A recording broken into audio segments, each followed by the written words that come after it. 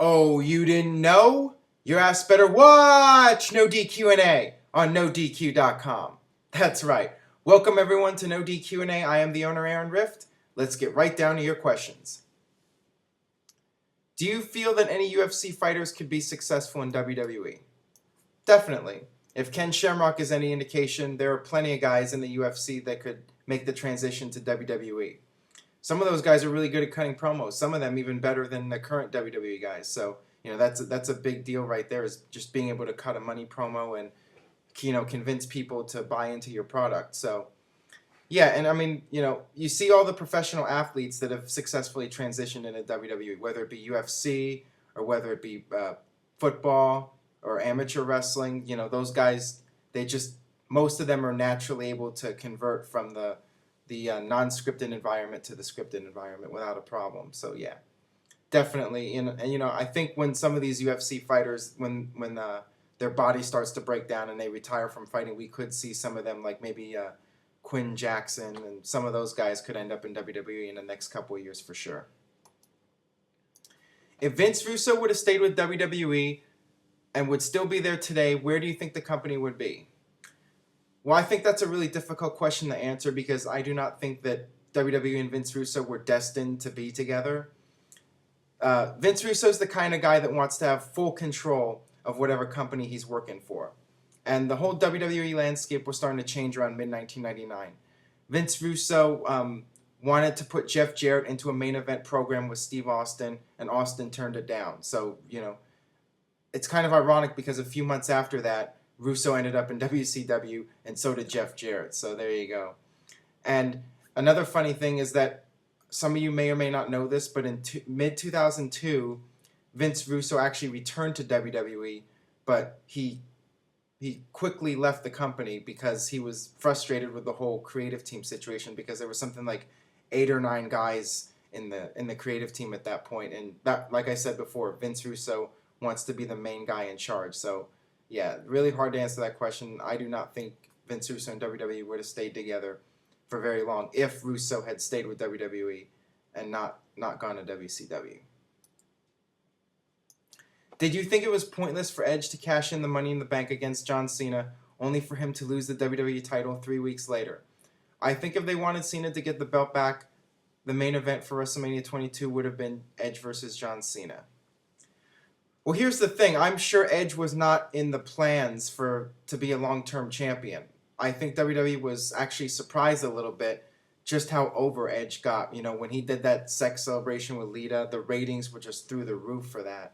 And yeah, I think WWE was taken back a little bit by that. And they already had the booking planned out through WrestleMania 22, so they weren't about to change it. So they just stuck with the plan. Cena won the belt back, went on to WrestleMania. But after that, Edge got back into the main event title situation. So yeah, everything worked out for Edge really well with that whole situation. So I don't think there's really any room to complain about how he was used, in the next couple weeks after he won the title.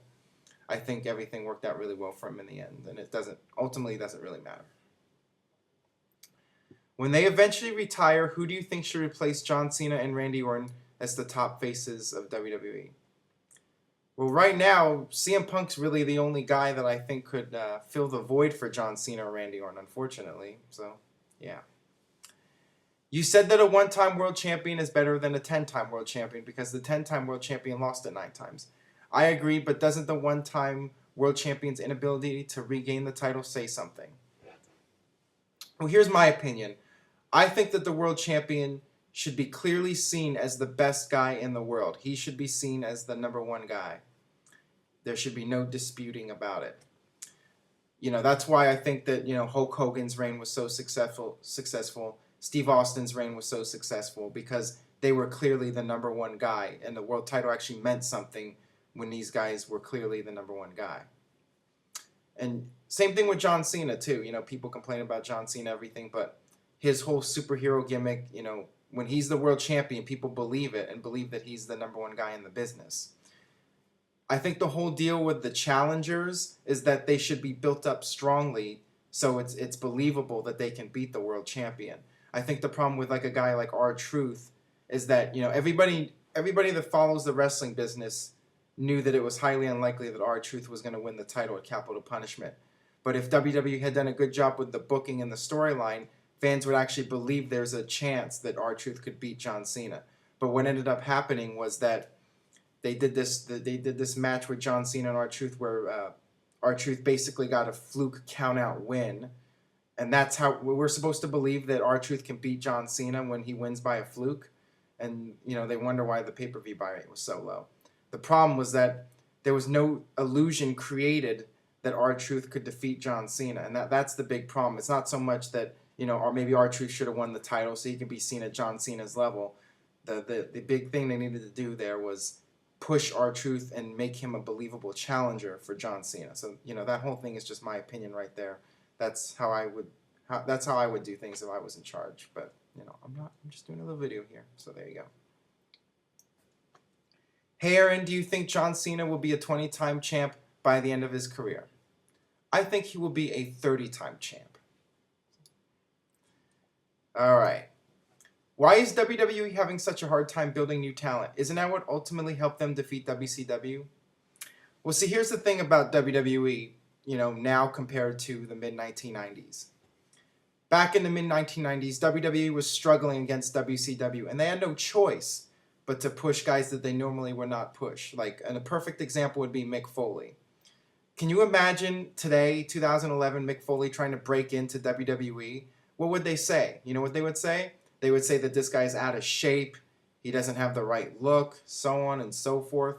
But back in 1996, all the top guys were going to WCW. WWE had no choice but to give a guy like Mick Foley a shot. I hate to say it, if Steve Austin even tried to break in 2011, I could see WWE just giving him like a 1 month's push and then quickly giving up on him. That's just the way it is. There's so many guys on the roster now, and the entire landscape of the business has changed, between 1996 and today. So there you go. All right. One more question here. Do you feel there's a realistic possibility of a CM Punk Austin match happening at WrestleMania next year? It seems they are both down for it, but is WWE willing to make it happen?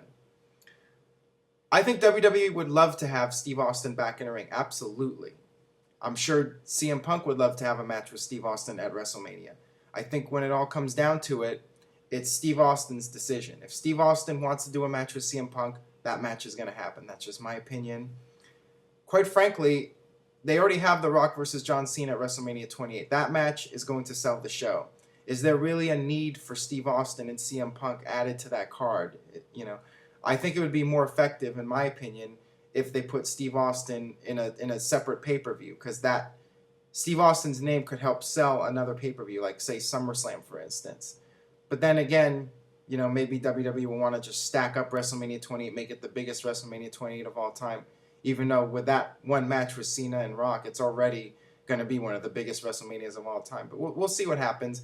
I definitely think there's a good shot that we'll see Steve Austin back in the ring. And if he ends up back in the ring, most likely it will be against CM Punk.